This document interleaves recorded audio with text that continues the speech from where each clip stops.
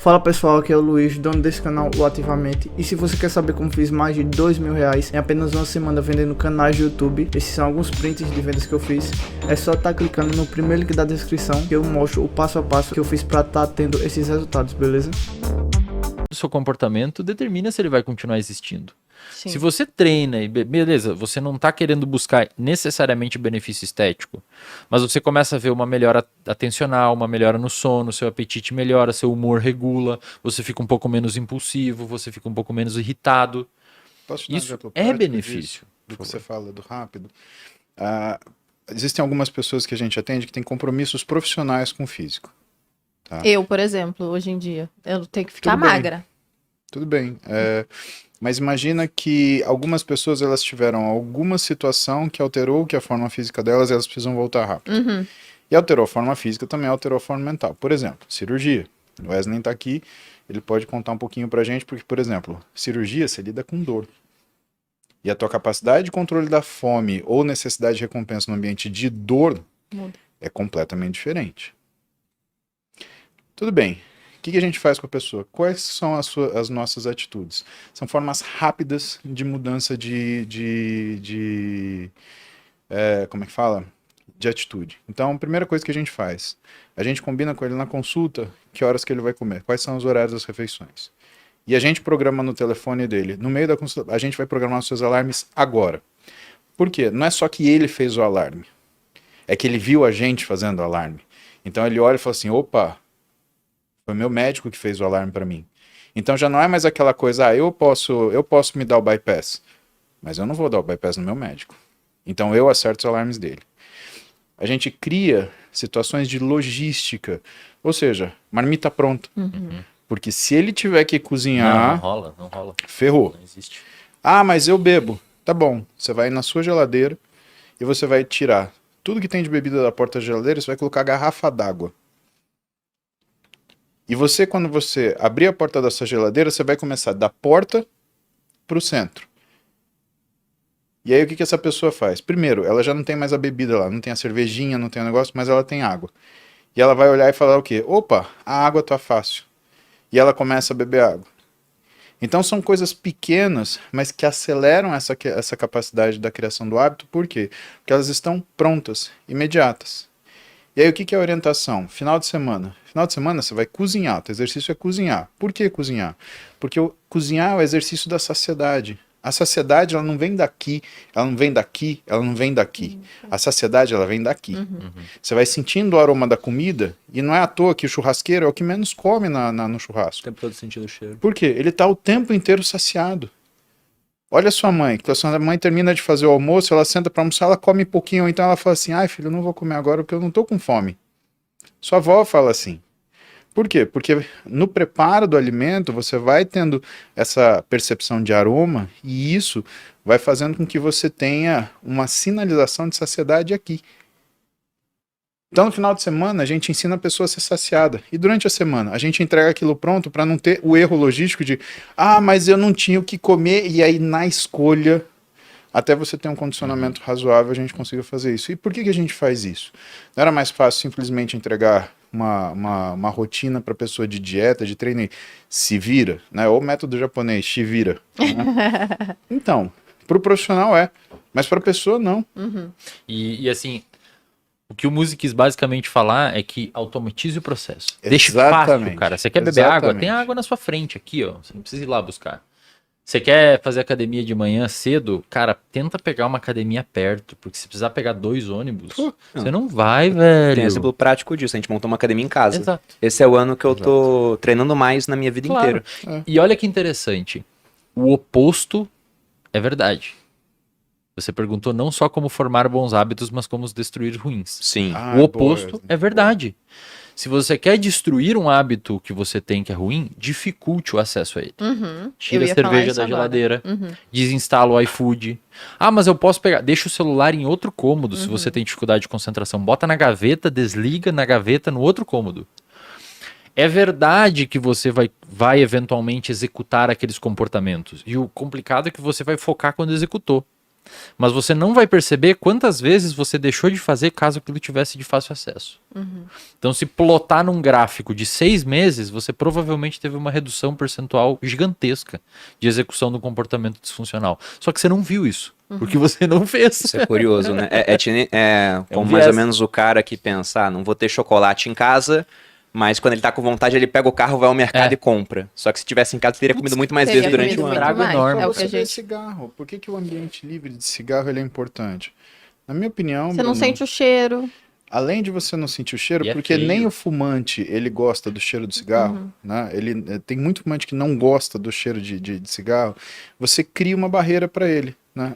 Para ele fumar o cigarro, que antes ele pegaria, abriria aqui e acenderia, ele tem que levantar, ele tem que se dirigir a um local onde ele possa fumar. Exato. Né? Exato. E o ambiente também está olhando para ele. Então, eu acredito que, por mais chato que seja, porque você fazer leis que falam de hábitos, né, é incômodo, né? A gente tem que ter muito cuidado quando a gente fala isso, porque isso é uma escolha da pessoa, Sim. né? Até quanto a gente se permite interferir no que são as escolhas das pessoas, né? Eu acho que esse é um item que entra lá na coisa de liberdade, que é complicado, né? Se você mexe com isso, você pode mexer com outras coisas mais sensíveis.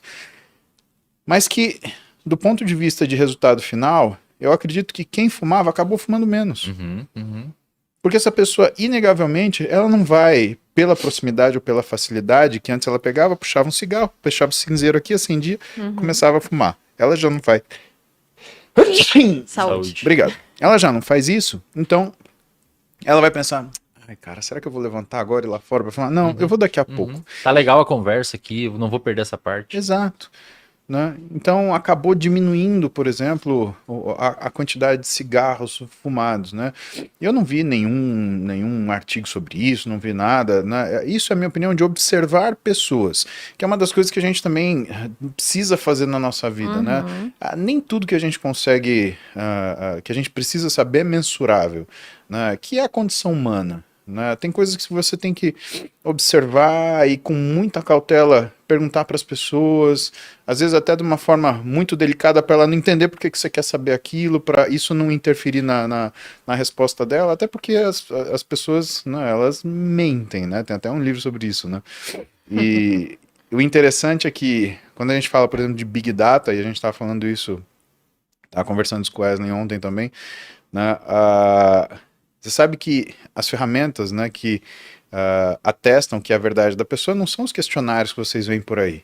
Então, quando você quando você recebe esses questionários sobre, gaste 5 minutos e dê a sua opinião, a maioria das pessoas mentem. Você sabe aonde as pessoas falam a verdade? E tem gente que sabe disso? Google e site pornográfico. No Google, eles pegam o que são as suas curiosidades. E nos sites pornográficos, o que são suas escolhas e interesses. E isso é armazenado. Né? Isso é o que eles chamam de Big Data. É assim que eles conhecem as pessoas. São os cookies que eles colocam. Exatamente. Né? Não é que comer cookie é bom, mas... cookie. É que isso ajuda eles conhecerem cada vez mais as pessoas a fundo. Né? E é isso que às vezes a gente começa a olhar para essa grande quantidade de informação que a gente gera, né? E saber que, cara, os nossos passos eles são observados. Né? E que isso não é uma teoria de conspiração. Isso, na verdade, é uma consequência natural do que é a curiosidade humana, né? O que a pessoa quer. Né? É em função disso que todos trabalham, né? Criar coisas para você que você queira e que você esteja disposto a pagar por elas, né? E essa questão do cigarro que o Paulo comentou, é engraçado porque se você for pegar uma carteira de cigarro, quando você olha ali na carteira, 60% da carteira são avisos, né? Que você vai morrer. E fotos também, tem imagens. E, cara, aquilo ali tem alguns dados que indicam que não reduziu nada o tabagismo. Agora, proibir em locais fechados e tornar feio socialmente foi uma coisa que ajudou a reduzir o tabagismo. Porque antes era sexy socialmente. Exato. Lá atrás. E Era o cowboy da Marlboro. Sabe quem que fez de maneira genial, cara, marketing de cigarro? A indústria do cinema. Quando você bota o Brad Pitt no shape, fumando sem camisa, um Marlboro, Que moleque que não quer ser aquilo, cara? O shape ele Entendeu? não pode ter, o Brad Pitt ele não pode ser. Pelo menos eu vou fazer uma sapota de Eu vou fumar esse cigarro aqui, É o entendeu? que tá ao alcance dele, né? É, e exato, cortar a cara. unha. Acabou, dá. Não, mas eu queria voltar um pouquinho só para falar sobre implementação de hábitos, porque eu acho que uma das coisas que as pessoas menosprezam muito é a programação e fazer o horário certo daquilo, né? Porque a gente começou o podcast falando sobre estabelecer metas e tal, o pessoal coloca um monte de meta, e o Bruno tem uma frase que eu gosto muito que ele fala: o pessoal menospreza o que você pode fazer em 10 anos, mas super valoriza, Superestima superestima o que você pode fazer em um ano, porque você coloca um monte de coisa ali. E acho que para os hábitos é igual. A pessoa vai lá, eu vou fazer isso, aquilo, não sei o que. Lá no Materializa eu sempre falo, ó, peraí, o que você de fato consegue? Você é mãe? Você tem um filho? Você tem um emprego? O que é que de fato você vai conseguir fazer? E aí, para você estabelecer esses hábitos, essas coisas que você quer fazer, você tem que colocar o horário. Então eu falo que uma das coisas mais geniais para mim, para eu conseguir produzir mais, foi pegar minha agenda e colocar ali o quanto tempo eu demoro para gravar o podcast. 2 horas. Aí eu tenho 15 minutos de deslocamento, mais meia hora de me arrumar. Então eu tenho que colocar o prazo certinho. Porque senão eu falo, eu vou treinar de manhã, eu acordo, aí eu faço a minha hidratação, não sei o quê.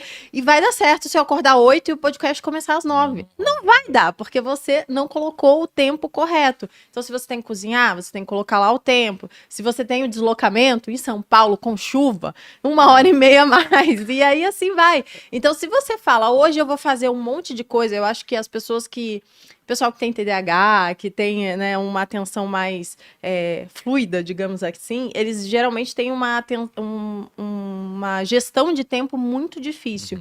E acho que hoje todo mundo tá com uma gestão de tempo muito difícil por causa disso daqui, porque a gente perde muito tempo no celular e a gente acaba esquecendo. Então coloca também, né, na sua gestão de tempo, 1 hora rolando o feed.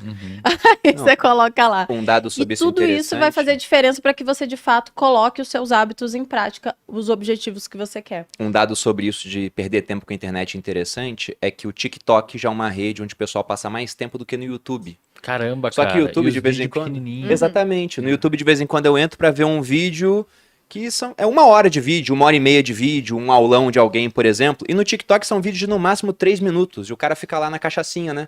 Qual que é o próximo vídeo que vai vir depois? E quando vê no mês, isso nos Estados Unidos, mas no Brasil não deve ser muito diferente, o tempo que um usuário tem de tela no TikTok tá mais alto do que no YouTube. Tudo lá assim, né?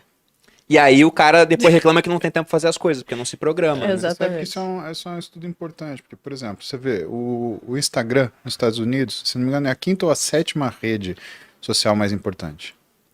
E uma pessoa muito amiga minha, ela foi na palestra do Elon Musk, lá no... Do Elon Musk não, olha só, tô com o Elon Musk na cabeça. Como é que é o nome do cara do Meta, do Facebook? O Zuckerberg? Zuckerberg, isso. Foi na palestra do Zuckerberg e ele estava contando pra gente no jantar, né? Ele falou que Brasil e Estados Unidos é muito diferente, né? E olha só que curioso, né? Ele fez uma pergunta pro sujeito, né? E ele falou, por que você acha que isso acontece, né? E ele disse que o Zuckerberg virou e falou assim, olha, tem alguém gravando isso, então por favor não grave que eu posso ser mal entendido. Mas o brasileiro, ele gosta de ouvir mentira.